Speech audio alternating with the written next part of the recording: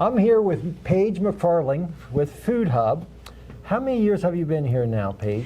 4.5. Okay. I started at the tail end of COVID. Okay. I'm actually on the board since 2019, or 2020. Oh no, those COVID years don't count. You still have a couple of years to go. I meant to talk to you about that before. Okay. Yeah. Okay.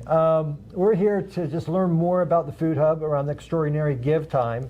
They're doing some exciting things here for the community, and there was some exciting news about an addition we just got complete. So I'd just like to have you share with the community. I think there's some misconceptions with the Food Hub, and love to get it out there. What does the Food Hub do? So if you don't mind just sharing a little bit about what we do here. Sure, absolutely. Let me talk about us. The Lancaster County Food Hub has been around for 78 years, first as the Lancaster County Council of Churches, and then was renamed in about 2019 to the Lancaster County Food Hub.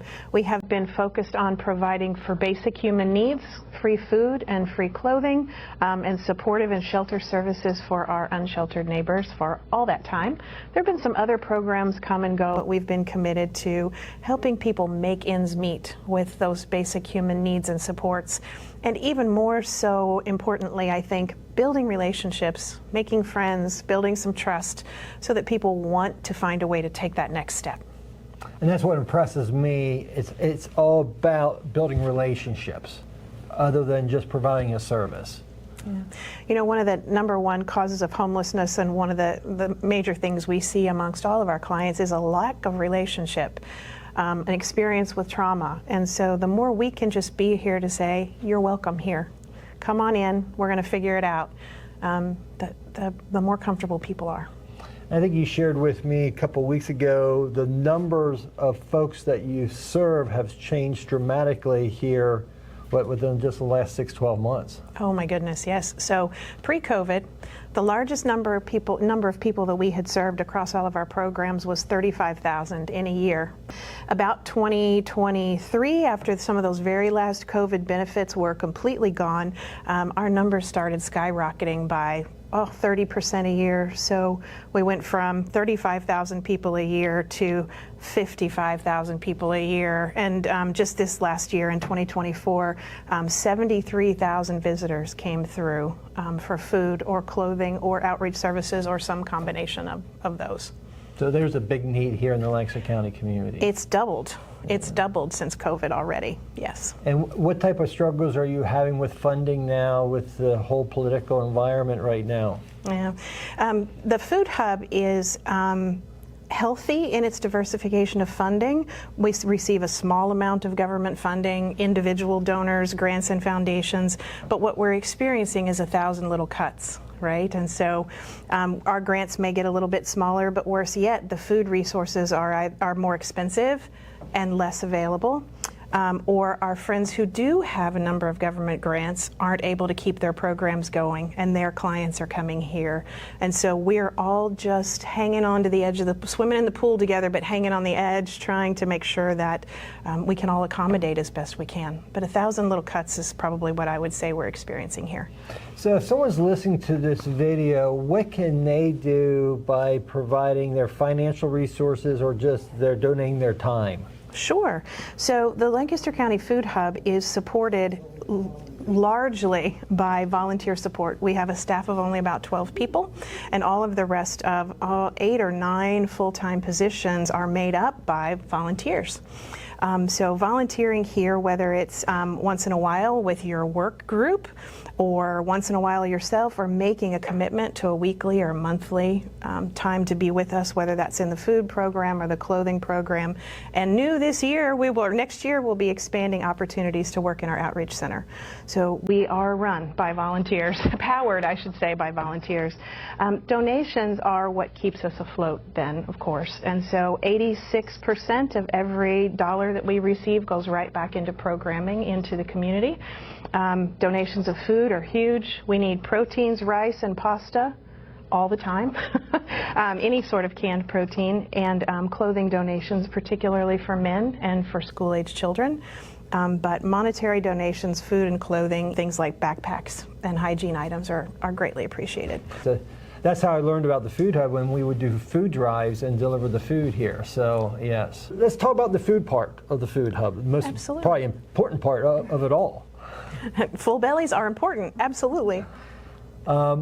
Just explain what's involved with that, with your organization.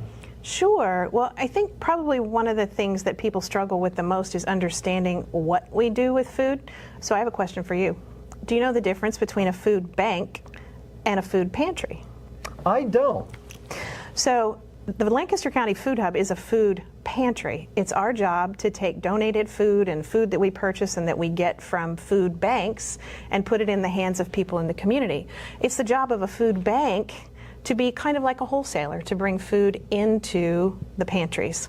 So think of it as kind of wholesale and retail, and that partnership is crucial. So we each have our own jobs to do.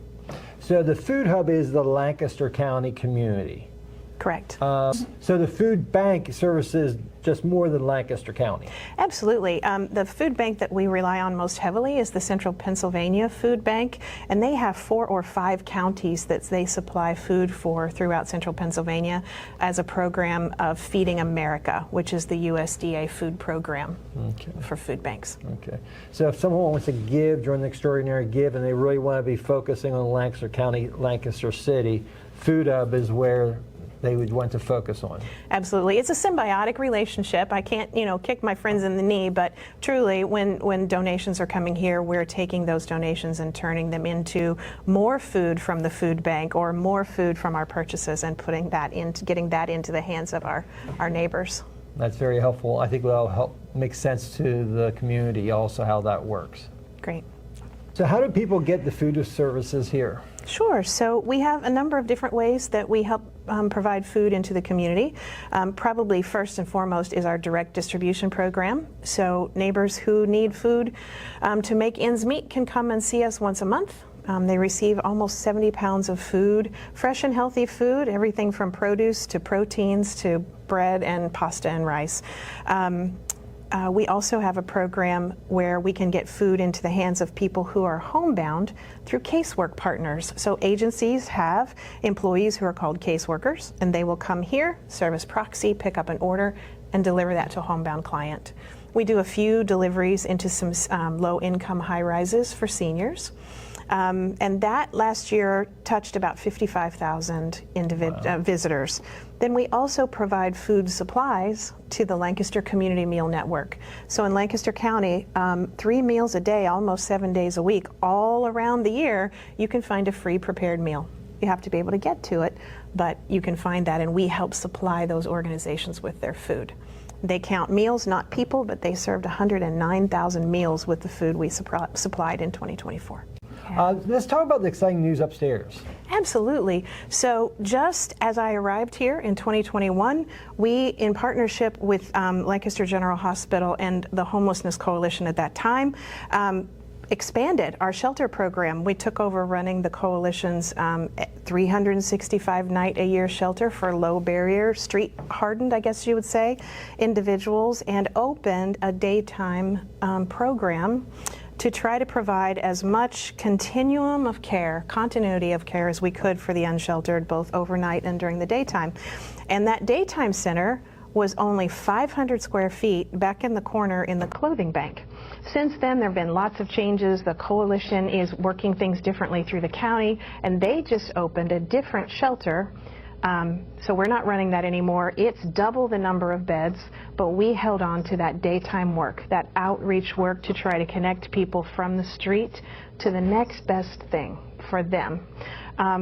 And the demand for that is huge. And so the community was kind enough to support us in an expansion from 500 square feet to 5,000. And so upstairs now we have a medical space, and we have lots of places for people to sit for respite, lots of partners coming in to work with clients. It is just buzzing up there all the time, and we couldn't be more excited. Tell us a little bit about the clothing bank also. Sure. The clothing bank was actually the first program that the Council of Churches put together. A number of churches here and around the city and kind of around the perimeter came together wanting to do more for the community, and they said they could do more together. At the same time, Mennonite Central Committee was bringing in refugees from Russia and the Ukraine, and they said, we need clothes. And so that very first project back in 1947 or 8 was a clothing bank. We think that clothing bank persists today, and we think that it is the largest clothing bank in the community where everything goes out for free. There could be others. We don't. Nobody tracks it, but it's pretty big. And it's pretty heavily used. We worked with some friends to calculate the community impact that the clothing bank has each year, because when things come in for free and go out for free, it's a little hard to know, what the value is.